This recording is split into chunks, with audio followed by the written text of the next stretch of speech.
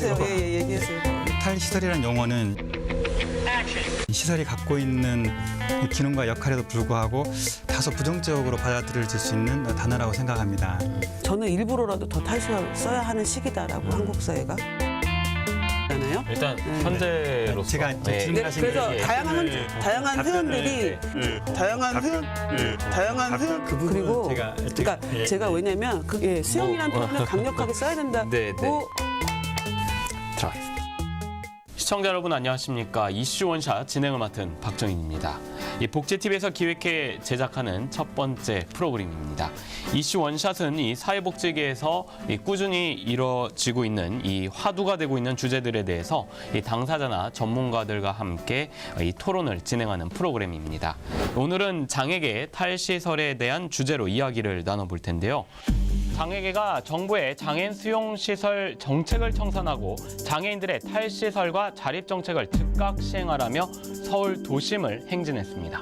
발달장애인 중 많은 사람들이 장애인 거주시설에 살고 있는 것을 지적하며 시설은 반드시 폐쇄돼야 한다고 주장했습니다. 이 탈시설에 대한 이 사회적 동의와 공감이 이뤄지고 있는 지금 이 그 시기와 방식에 대해서는 각계마다 의견이 다르거나 또 차이가 있습니다. 자칫 탈시설 자체에 대한 대립으로 보이기가 쉬울 수도 있는데요. 오늘은 이 부분에 대해서 두 분을 모시고 함께 이야기를 나눠보겠습니다. 그럼 이슈 원샷 지금부터 시작해 보겠습니다.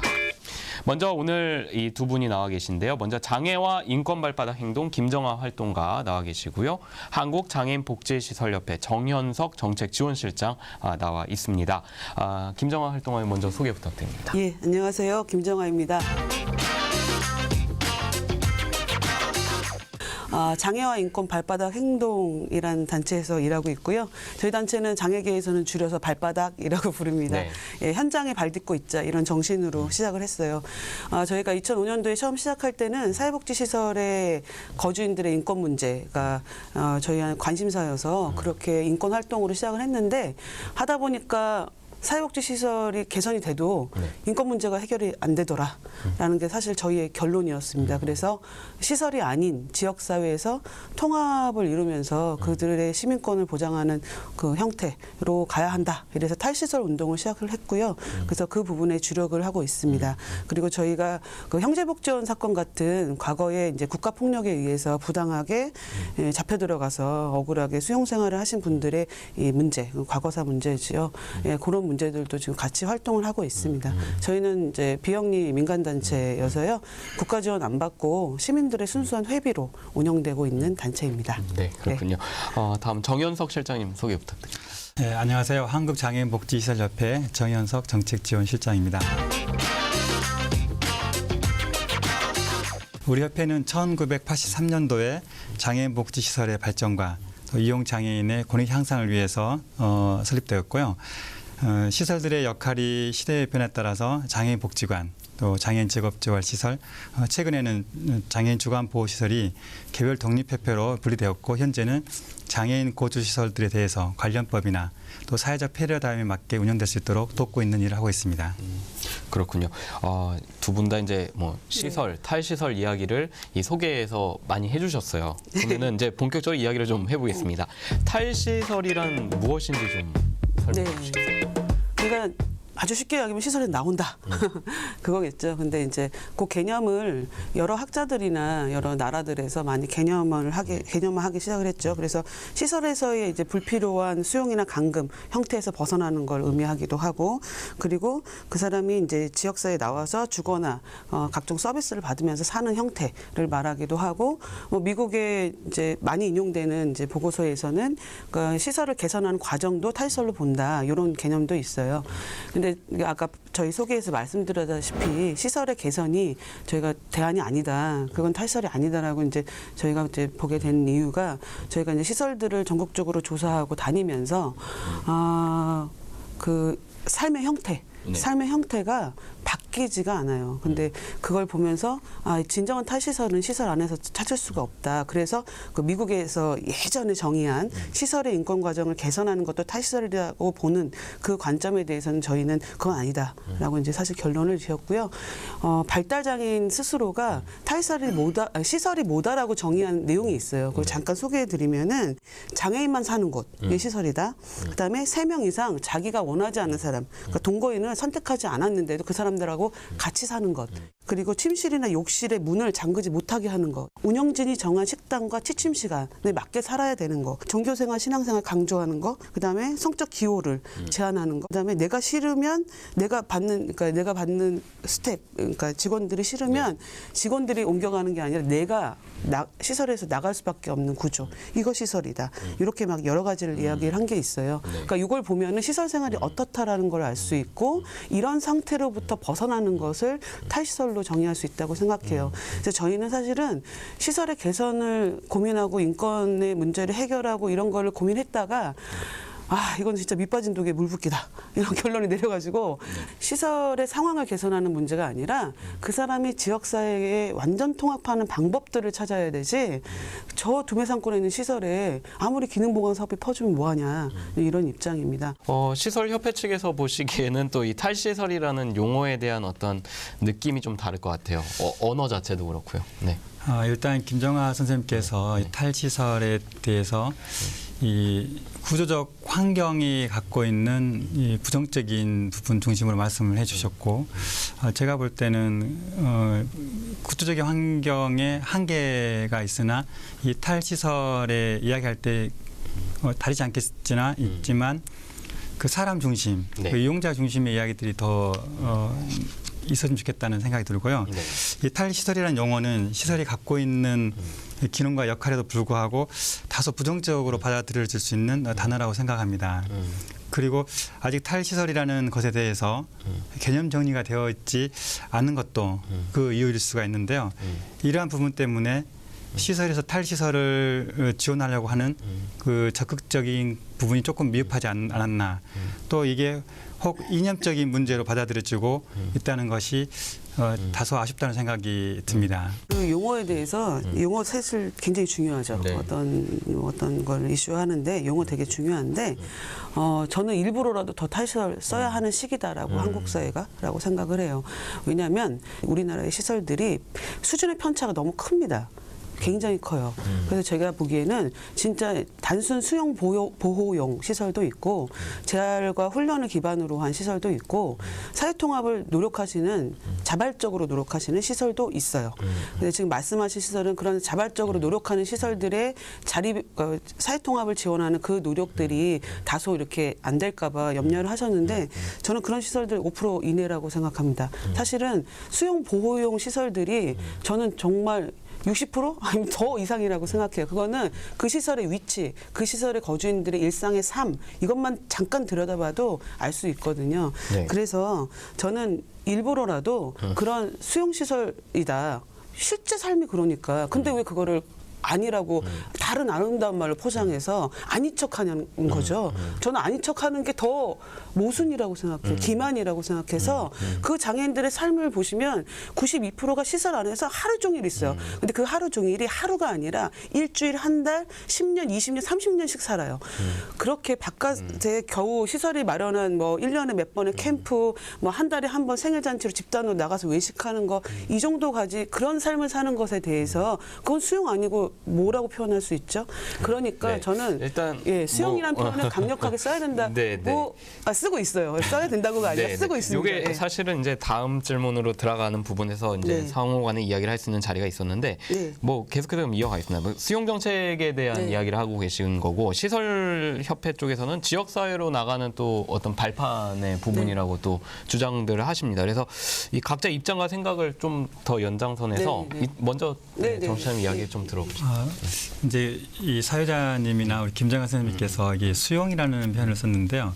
실제로 이 수용에 대한 사전적 의미를 제가 봤는데요. 범법자, 포로, 난민, 물품 따위를 일정한 장소나 시설에 모아 넣음. 과연 이 장애인 고시설의 그 일부 뭐 인권 침해나 운영 비리가 있겠으나 네. 이게 수용으로 봐야 되는지 수용 정치로 봐야 되는지 그 제가 또 보건복지부의 또 지침의 정책을 보니까 1996년까지는 뭐 수용시설, 뭐 수용하다 이런 표현을 썼는데요. 이 1996년 이후부터 2011년까지는 뭐 입소나 생활 이런 용어를 사용했고 현재는 거주로 네. 사용하는데요. 이 말씀을 드리는 이유는 과거에 시설 이용할 수밖에 없는 환경, 우리나라의 복지 환경이 있었을 것이고 또 그 복지 환경에 맞게 따라 예산 지원이나 구조적인 환경이 만들어진 거죠. 그러나 장애인 단체에서 당사자주의나 장애인 복지 패러다임이 선택과 자기결정권으로 계속 변화하고 있었거든요.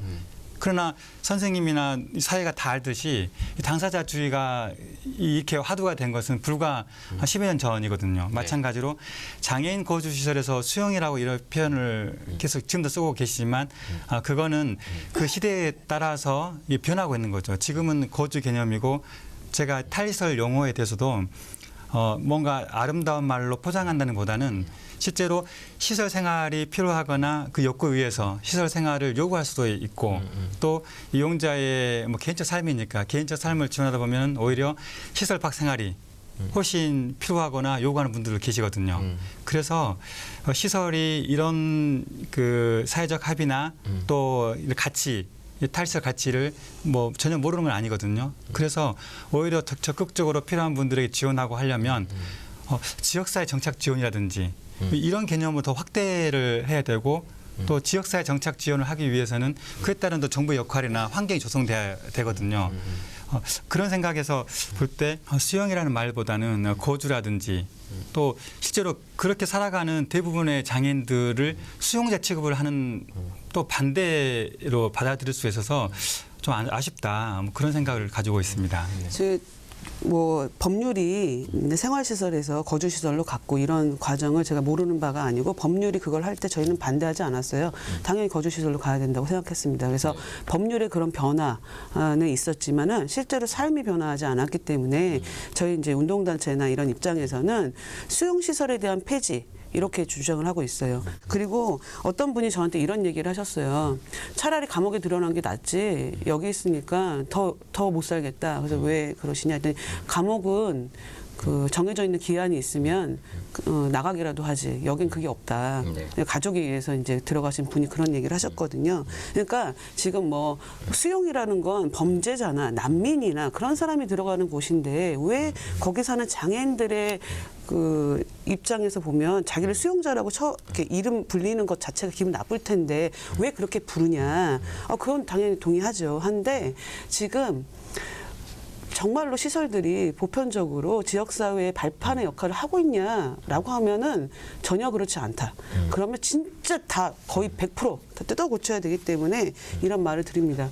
그리고 복지 사회가 이제 좀 변화하고 있어서 더 많은 환경이 변화하고 있죠. 이제 그렇게 예산이 더 투여되고 있고요. 그런데 왜 시설들은 과거에 70년대 그렇게 운영했던 그런 방식 그대로 답습하면서 족벌 운영도 하고 있고 이러면서 그런데 가 여전히 존재하면서 또 잘하는 데 있어요. 근데 이게 비율적으로 보면은 너무 정말 과거의 그런 모델로 그냥 머물러 있는 데가 그대로 있는데 하다못해 협회에서 왜 이런 데에 대해서 좀 더 세게 견인해내지 못하나 이런 생각도 한 적이 있거든요. 네. 오늘 이 프로그램 재밌으라고 이런 얘기를 드리면 이야기가 계속 뭐 이 수용에 대한 부분에 그 언어적인 용어적인 표현을 이야기하다가 실제로 뭐 그 용어뿐만 아니라 짧게 포괄적인 내용들을 계속 이제 설명해 주시는데요. 시설들의 부정적인 사례가 이제 실제로 언론에 보도되어서 이제 저희도 알고 있고 또 굉장히 우려하고 있는 부분이기도 하거든요. 그러나 시설 서비스가 굉장히 많이 바뀌고 있어요. 실제로 우리 협회에서 한 최근 3년 정도 삶에 있는 집 이야기라는 또 이게 에세이 공모를 해봤어요. 그 취지가 얼마나 개별적 삶을 지원하고 있는지 이런 사례를 공모해서 또 시설들에게 보급하고 또 그렇지 못한 곳들이 있다면 타 사례를 보고 해볼 수 있도록 하는 건데요. 요즘 시설들이 이제 네모지고 복도가 있고 양쪽에 한 뭐 5명에서 10명 살아가는 이런 학교 같은 또 공동 식당이 있고 공동 화장실이 있고 이게 과거의 시설들이었고 현재도 일부가 있긴 한데요. 상당히 많은 식으로 일반 가정가 형태로 바꾸고 있고 또 일부 시설들은 더 이상 프로그램실이 필요 없는 거예요. 집단적으로 모여가지고 거기서 무슨 뭐 누가 와서 가르치고 하는 그런 게 없는 거예요. 오히려 그런 것을 1인실이나 2인실로 개선하는 이런 시설들도 보여주고 있어서 선생님께서 한 5% 정도가 뭐 그런 시설이고 대다수가 수용적인 환경의 서비스라고 말씀하시는데 실제로 협회에서 일하고 있다 보면 시설들을 접할 기회가 많습니다. 물론 부정적인 시설들도 있지만 이러한 그 탈시설의 가치나 이념을 받아들이고 또 이용자의 개별적 삶이 굉장히 중요하다. 이런 관점으로 일하는 곳들이 적지 않다. 네. 상당하다는 말씀을 좀 드리고 싶습니다. 네. 일단은 수용 정책이라고 보여지는 이제 구체적인 네. 사례, 이제 네. 좋은 사례를 또 이야기해 주셨고 네. 협회 차원에서 이제 질문을 하셨기 때문에 네. 어떠한 일을 하고 있는지에 대한 그 과정을 쭉 이야기해 주셨는데요. 네, 네, 네. 또 반대로 네. 구체적인 사례가 있을 거 아닙니까? 네. 또. 저희 자립하신 분들 인터뷰를 이제 저희가 인터뷰집도 내고 여러 가지를 해보면은 어떤 분이 새벽 5시에 일어나는 게 너무 싫어서 나는 탈시설을 했다. 새벽 5시에 일어나서 드려야 하는 미사 때문에 라고 얘기를 하신 분이 있어요. 근데 거기 그분이 사시는 시설, 장애인 시설에는 정말 전국 최대 규모의 사람들이 모여 살고 있거든요. 그 사람들 다 그렇게 살고 있을 겁니다. 다 5시에 일어나겠죠. 아, 그게 뭘 의미하느냐라는 거예요. 아까 그 미국에서 발달장애인들이 말하는 시설이라고 하는 개념에 대해서 얘기했는데 운영진이 정한 시간, 취침 시간에 일어나야 하는 곳, 그것이 시설이다. 지금 안 그런 시설이 몇 프로나 될 것 같으세요? 성적 기호 보장이 될까요? 그리고 개별 지원 얘기하셨잖아요. 실제로 구조적으로 개별 지원 불가능해요. 제가 왜 그러냐면은 저희가 실제 조사를 해보면은 한 직원이 동시간대에 케어해야 되는 사람이 4-5명 이상이에요. 4-5명이면 제일 작은 수예요. 그리고 한 방에 1인실 얘기하셨죠? 1인실로 사는 사람이 몇 명 있는 것 같으세요? 그건 정말 극소수예요. 그런데 그거를 일반화시켜서 얘기할 수 없다라는 거고 정말 저희가 왜 수용시설을 자꾸 얘기하고 그 사람 삶이 어떠냐라고 얘기하고 아까 맨 처음에 얘기하실 때 사람 중심, 이용자 중심으로 논의됐으면 좋겠다? 제가 하는 얘기가 그거거든요. 운영진이나 조직, 그러니까 시설이라고 하는 조직의 입장에서 보지 말고 거기 있는 사람들 입장에서 보면은 그 삶은 수용이라는 표현 외에 달리 표현될 게 없기 때문에 그랬어요. 예, 방금 굉장히 중요한 말씀을 하셨어요. 이 시설 내에서 현재의 정부의 인력 지원 구조로 보면 한 사람이 4.7명당 2명을 보게 돼 있어요. 그러나 현실이 그렇지 않습니다. 왜냐하면 사회복지 장애인 거주시설에서 일하는 직원들도 근로자이기 네, 때문에 그렇죠. 근로자성을 보호해야 되거든요. 그럼요. 예. 그런데 4.7명당 2명이 주야로 365일 근무할 수가 없어요. 네. 그러면 우리 김정환 선생님이 이야기하신 것처럼 한 사람이 뭐 주간 동안에는 한 6-7명을 지원해야 되는 네. 구조. 또 저녁에는 더 많은 그렇죠. 인원이 한 명이 그 좀 지원해야 되는 구조. 왜냐하면 그 주말 휴일 다하게 보장을 해줘야 되기 때문에 그러나 정부는 이 시설에서 생활하는 분들이 지역사회에 나와서 활동 보조 서비스라든지 사회 서비스를 받을 경우에는 시설을 운영하기 위해서 지원하기 위해서 들여지는 그 비용이 약 3천에서 4천 정도 됩니다. 1년에. 네. 활동 보조일 경우 24시간, 중증일 경우에는 거의 8천만 원이 들어가요. 예. 그래서 실제로는 정부의 지원 정책이 시설에 약간 이런 구조적 한계를 만들고 있고 또 현재 상황에서 이 장애인분들이 지역사회에 모두 나갈 수 있냐 이 부분은 아쉽게도 현재는 이념적으로 또 계속 가치를 주장하고 정부의 이런 정책적인 전환 그리고 이런 사회의 기반 조성 그리고 시설들의 또 지원 노력 이런 것이 합쳐져야만이 현재의 이런 구조적인 한계에서 발생될 수밖에 없는 이런 문제. 실제로는 한 명의 직원이 6-7명을 지원한다는 거는요. 어떻게 보면 이 자체가 인권 문제라고 볼 수 있는 거거든요. 이게 전반적으로는 동의하지만 이게 그렇지 않은 상태에서 시설에서 다 나가야 한다. 어떻게 보면 장애인 거주시설이 해야 될 역할과 기능을 외면한다 할 수밖에 없는 예.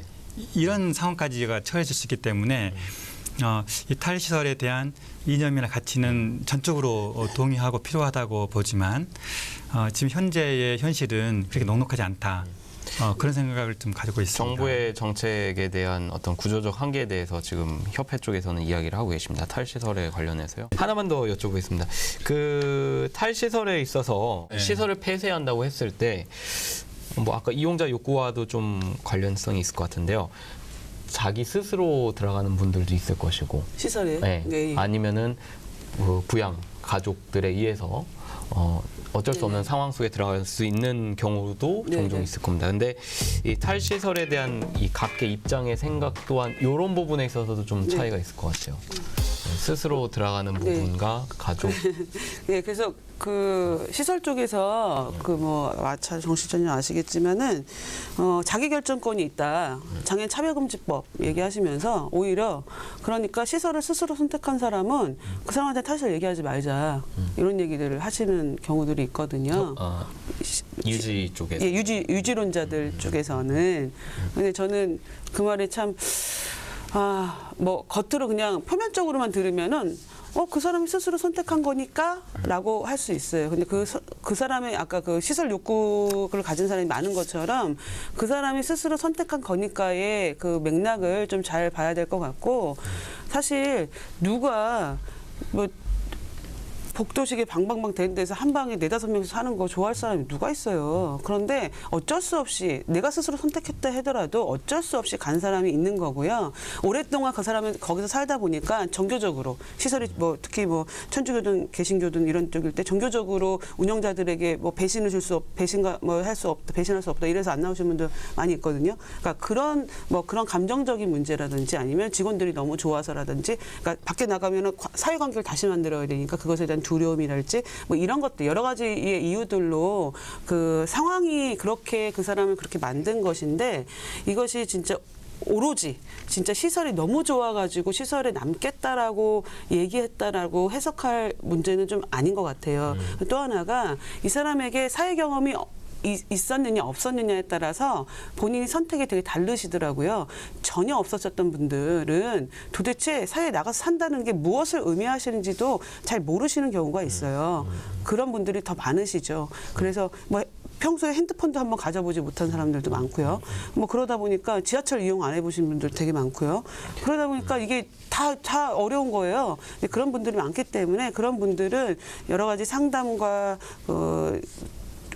전환 과정에서의 어떤 사회 참여 기회를 늘려가면서 이렇게 전환을 유도하는 방식으로 가야 하는데 이런 것들을 하지 않고 유지론을 위해서 자꾸 그 사람들의 입지를 자꾸 이제 여기 얘기하는 거는 조금 네. 잘못됐다 생각을 합니다. 협회에서 이제 매년 그 이용자 만족도 조사를 해봐요. 그래서 이제 이게 이제 그게 정말 아주 객관적이나 정확한 거일 수 없죠. 왜냐하면 종사자에 대해서 해보고 이용자가 할 수 있는 것도 해보고 있는데요. 입소 그 요인을 보니까 한 70% 정도가 그 타인에 의한 입소예요. 예.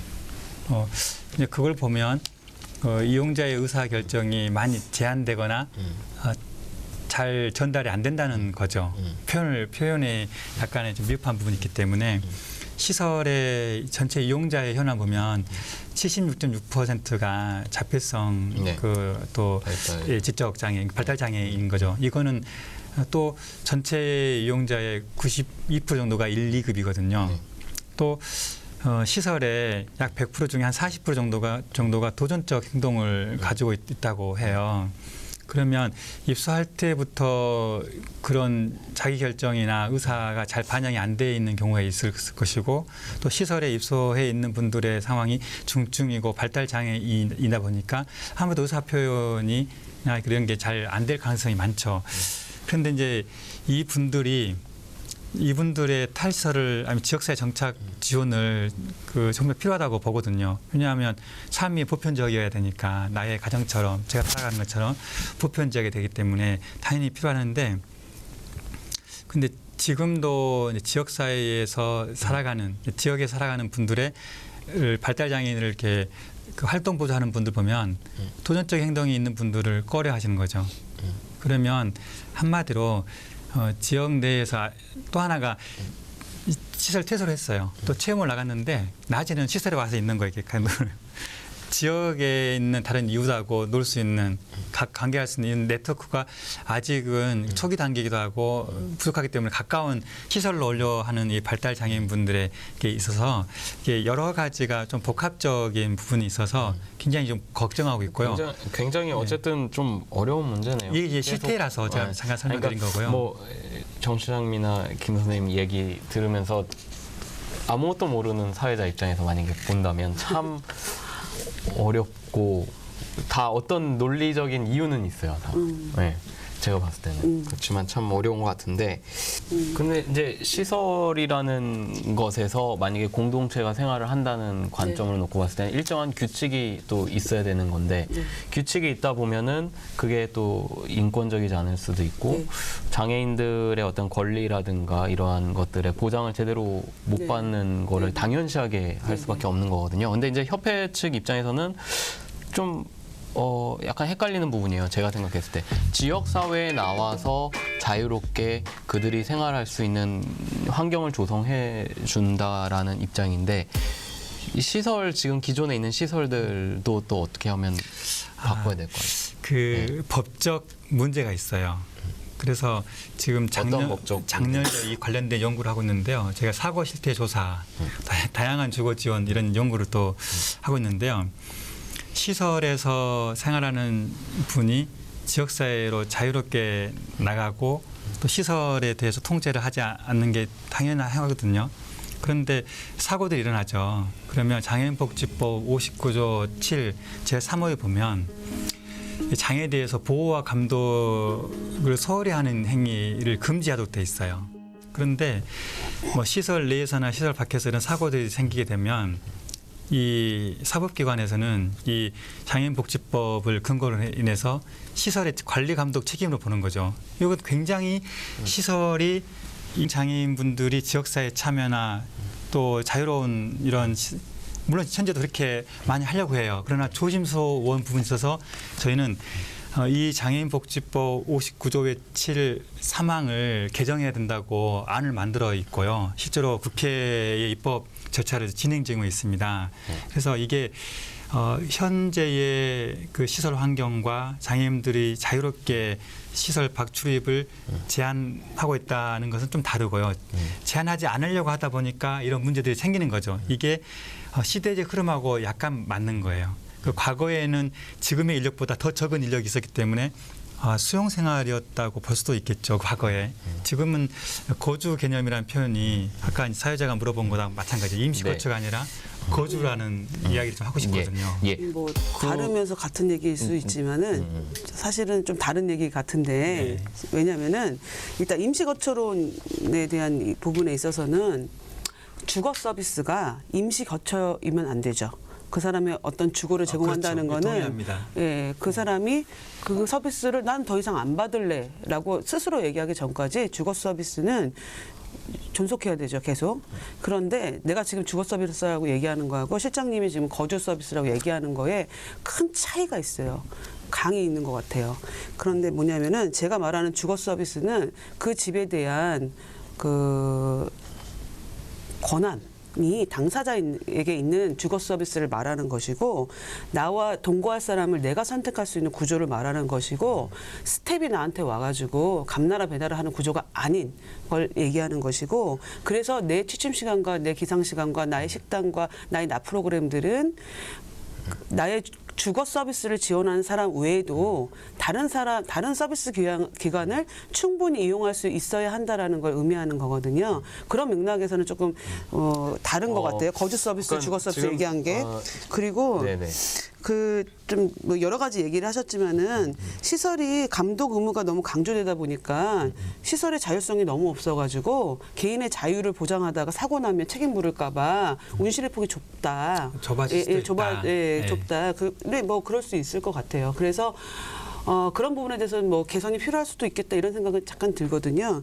그런데 지금 그러니까 그런 마음으로 그렇게 하는 시설들이 정말 얼마나 될까 싶은데 제가 자꾸 말씀드리는 거는 제가 올해 75개의 정신요양 및 중증장애인 거주시설을 조사했을 때 사실 저희가 조사하는 그날 하루 동안에 자유롭게 혼자 개인이 외출하는 경우를 딱 한 개의 시설에서 봤어요. 다 대문은 잠겨 있지 않아요. 감시자 없어요. 문 활짝 열려 있거든요. 첫 번째, 나가지 않아요, 스스로들. 왜 그랬겠느냐? 아주 오랫동안 익숙해져 있는 규율에 익숙해져 계신 거죠. 그래서 안 나가셨겠죠. 두 번째, 그 규율은 어디서부터 이게 나왔느냐? 어떤 조직을 관리하는 사람은 그 조직에 대해서 되게 보수적으로 결정하고 그러게 되죠. 자유보다는 안전을. 그렇죠? 사회 참여보다는 보호를 이렇게 주장하게 되죠. 그러다 보니까 그 사람들은 그런 규율에 의해서 수십 년 생활하시다 보니까 못 나가시는 거예요. 우리가 왔음에도 불구하고 인권 조사를 했다고 누가 왔음에도 불구하고. 그래서 또 하나는 아까 잠깐 지역에 계속 외졌다는 얘기를 많이 드렸잖아요. 그러면 예를 들어 이제 꽃동네 안에 장애인 거주 시설에서부터 꽃동네 전문까지가 5km 이상이고 굉장히 언덕진 이렇게 가야 돼. 혹시 가보셨는지 모르겠지만은 이렇게 네, 가야 돼요. 네. 네. 그리고 정문 앞에 있는 그 서울이나 뭐 근처 청주로 왔다 갔다 하는 버스는 페인시드 안 된 버스만 다녀요. 그러면 꽃동네 안에 사는 장애인이 바깥 청주 시내로 나가려면은 장애인 콜택시를 불러야 되거든요. 2대인가? 그밖에 없어요. 그러면은 청주에서 그 콜택시를 이용하고자 하는 장애인들이 있는 반면에 그 꽃동네를 그걸 불러가지고 그 이용할 수 있으려면은 현실적으로 안 돼요. 대중교통이 그렇게 돼 있지 않아요.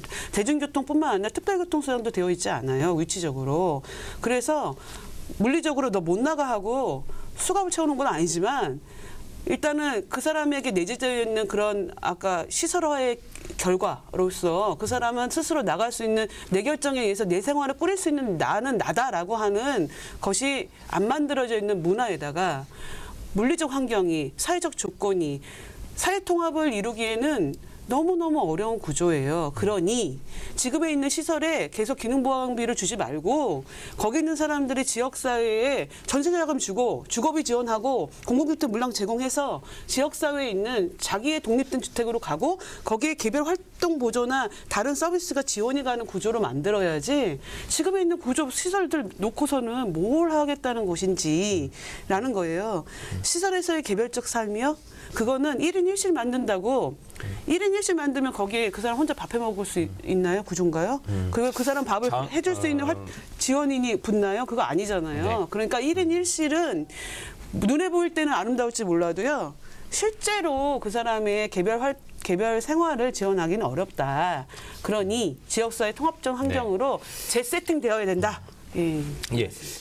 그러면은 지금 당장은 뭐 그러니까 방법은 아까 없죠. 탈시설에서 나왔는데 다시 시설로 가는 사람이 많으냐? 혹시 많다고 생각하세요? 탈시하신 분들이 많지 않아요. 한 탈시설 자체가. 네, 3,300명이 1년에 퇴소를 하거든요. 네. 뭐 사망하시거나 전원하시거나.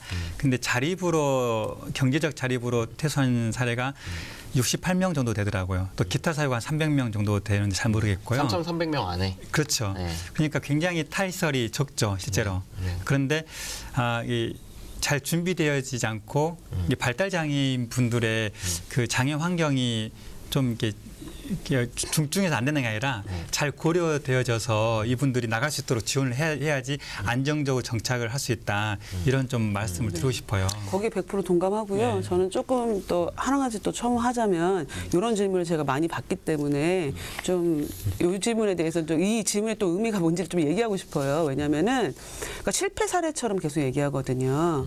그러니까 탈시설을 하려고 지역에 나왔는데 하여튼 뭐 적응 못하고 뭐 하여튼 뭐 여러 가지 뭐 힘들어가지고 시설 다시 돌아간 분에 대해서 자꾸 실패 사례로 예시 드는 것 자체가 문제 있다고 생각해요. 저는 크게 생각 안 하고요. 예. 이왕 나갈 그래서, 때 탈시할 때 제대로 지원하자. 네네. 아니, 그러니까 그래서 방향 그 사례를 저도 이제 시설로 돌아가신 분도 있고 그래서 그런 사례 얘기할 수 있는데 사실 그 누가 뭐 결혼도 하고 이혼하는 것도 우리나라에 지금 50% 넘는데 이제 그렇게 보면은 그렇다고 이혼했다고 그 사람 인생 실패한 거 아니잖아요. 탈시설해서 나갔는데 지역사회 뭐 인프라가 안 됐던 관계가 잘 안 됐던 힘들었어. 그래서 다시 돌아갈 수도 있다 생각해요. 또 기회가 되고 또 여건을 마련해서 나오면 되는 문제인데 이거를 자꾸 시설 유지론자들께서 네. 선생님이라는 게 아니라 네, 네. 자꾸 이거를 탈시설의 실패 이렇게 예로 드니까 그건 굉장히 부적절한 예시다라고 생각을 합니다.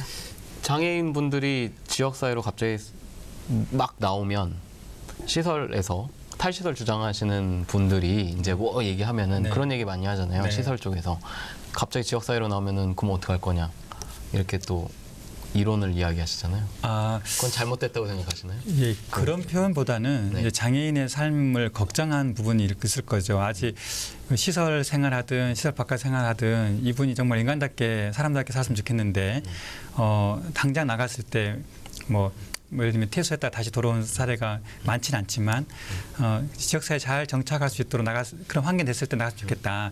이런 우려 때문에 하지 않았을까. 그런 생각이 들어요. 일부에서. 네, 네. 네, 그렇군요. 장애인 거주 시설을 나와서 지역 사회에서 네, 이제 살아가기에 필요한 것은 여러 가지가 있잖아요. 뭐 네, 네, 네. 이동의 자유, 교육받을 권리도 있고 뭐 일할 권리 등 많은 것들이 있는데 현재 상황은 어떤가요? 네. 현재 상황은 열악하죠. 네. 근데 20년 후에도 열악할걸요? 그러니까 그게 무슨 얘기냐면 20년 전에도 열악했고 지금도 열악하고 앞으로도 열악하다. 이 질문에서 그러니까 지금 열악하니까 그래서 시설이 유지되어야 지금 탈시설 토론이잖아요. 그러니까 지역 인프라가 지금 평가하기에 부족하다. 그냥 그럼에도 불구하고 나와야 된다는 게 제 이제 결론이고 어쨌든 앞으로 계속 부족할 건데 그걸 채워나가면서 계속 싸우면서 만들어 나가야 된다고 생각해요. 그래서 우리가 OECD 가입 국가 중에 아까 복지예산 제일 낮다고 말씀드렸었고 자살률 제일 높고 뭐 이런 나라잖아요. 그랬을 때 그 복지 예산을 전적으로 투자를 해서 지역 인프라 구축해야 되는 문제이고 그런데 이 질문을 사실 이 탈시설 토론에서 이 대목에 나왔을 때는 저는 그 의미가 있는 거죠. 그러니까 지역 인프라 그러니까 부족하니까 탈시설하면 안 돼? 라는 건 아니다. 라고 정확하게 다시 한번 짚고 싶습니다. 협회 쪽. 현재는 많이 변하고 있다. 뭐 정부의 장애연금이 도입되고 또 시설 밖에서 취업하려는 분도 많이 늘어나고 있기 때문에 이게 당장은 어렵지만 계속 이전보다는 이용자들의 이런 사회 참여나 시설 밖에서의 활동은 상당히 늘어나고 있는 게 사실이고요. 예. 또 장애인복지법 59조 7 금지 행위에서 시설 생활하시는 분들에 대해서는 보호와 감독의 대상과 범위를 별도로 구분할 필요가 있다는 거죠. 이런 것들이 된다면 오히려 시설 생활하시는 분들이 오히려 지역사회로 정착한다든지 시설 밖 생활을 할 때에 아무래도 더 이런 지원 체계가 마련되지 않을까 그런 생각을 갖고 있습니다. 탈시설로 마지막 질문입니다. 탈시설로 가기 위한 이후 대비책. 네. 정 선생님 먼저 드릴게요. 시설을 이용하지 않아도 되는 사회 환경. 이게 가장 우선일 거예요. 시설을 이용하려고 대기하는 사람들이 약 4,000명 정도 되는데요. 뭐 중복이 있다 하더라도요. 시설을 이용하는 분은 탈시설을 지원해야 하고 또 새로운 분들이 들어오면 또 다시 시설에 들어오는 게 반복되는 거예요. 그래서 더 이상 뭐 시설에 들어오지 않아도 되는 사회 환경이 가장 중요하고요. 물론 뭐 퇴소 정착그 임대주택, 뭐 지역사회 통합지원센터, 뭐 전담과 설치 이런 것도 동시에 되어지는데 가장 중요한 거는 시설 서비스 유지냐 탈시설이 문제가 아니라 시설에 들어오지 않아도 네. 장애인들이 내 집에서 또 부모가 떨어지지 않고 살 수 있는 이런 사회 환경 이게 가장 좋은 대비책인데요. 시간이 좀 필요한 것 같습니다. 네. 네. 김 선생님 대비책이. 예. 탈시설을 이루기 위해서 일단 저희는 이제 계속 주장했던 게 있어요. 굉장히 오래되게 주장했는데 정부가 우리 말 안 들어가지고. 근데 일단 탈시설 계획을 추진하기 위해서는 국가 계획이 수립이 돼서 그거를 가져가야지 시설이 알아서 거기 있는 사람들을 잘 탈시설하게 한다? 이거는 그러니까 정말 개인에게 그런 철학을 기대하고 이런 건 아닌 것 같아요. 지금 이 시대는 국가적으로 계획을 세워서 움직여야 하고 그 국가의 그 계획에 손발이 있으려면은 그러니까 복지부 내에 지금까지는 거주시설을 담당하는 사무관 하나가 탈시설 정책도 계속 얹혀져 있었어요. 말이 안 돼요. 전혀 다른 내용인데 거주시설 담당 사무관이 그냥 업무 하나, 꼭지 하나가 탈시설이었어요. 업무 내용 없어요. 그렇게 진행돼 왔거든요. 그래서 복지부 내에 이 일을 전담할 부서가 설치가 되고 지금 문재인 정부가 약속한 탈시설 지원센터 설치가 되고 부양의무자 기준이 우선 적용 폐지 이런 임대주택 공급 이런 것들 약속된 바가 있거든요. 그런 것들이 공약들이 이 국정 과제들이 이행되어야 된다. 그리고 마찬가지로 선생님이 말했던 것처럼 지역 인프라 구축 너무너무 필요하다라는 생각이 들고요. 하지만 이제 이런 얘기들은 사실은 시설 쪽에서나 아니면 장애인 복지 정책하시는 분들은 다 동의할 수 있는 내용인 것 같아요. 여기까지는 민감하지 않으니까.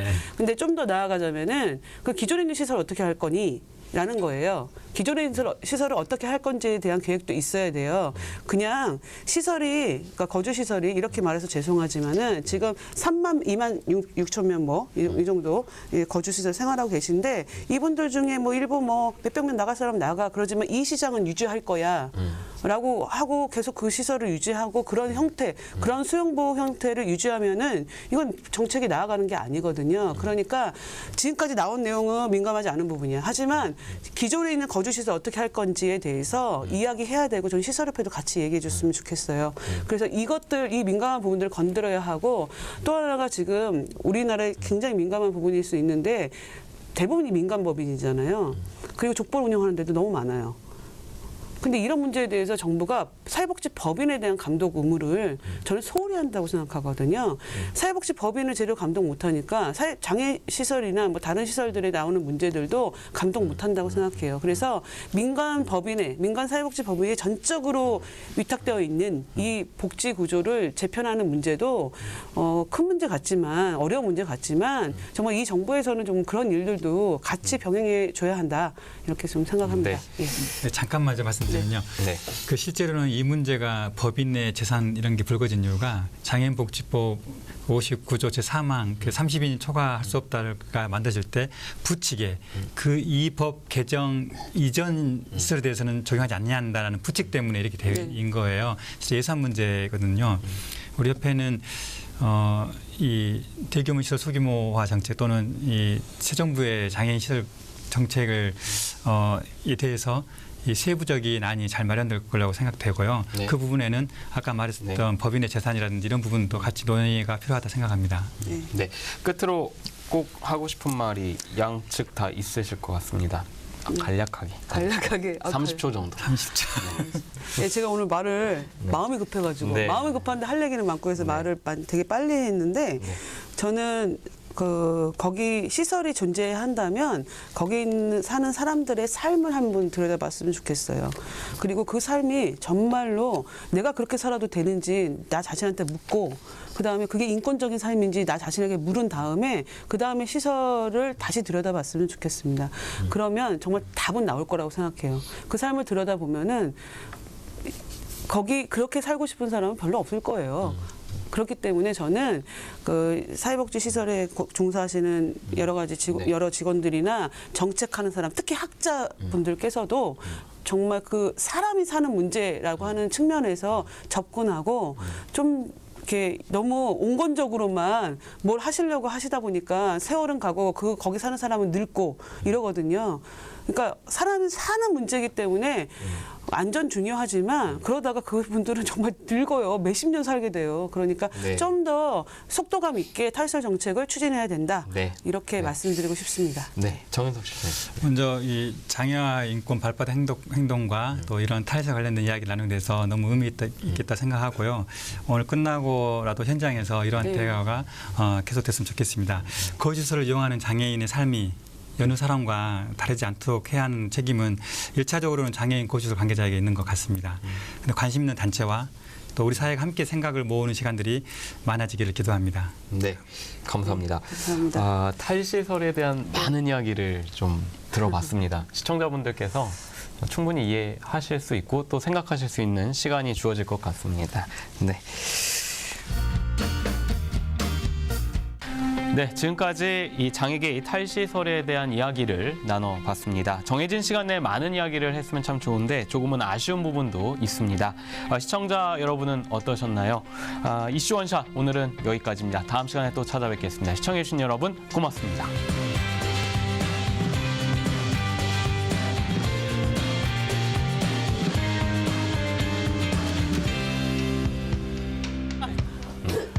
칠까요? 네.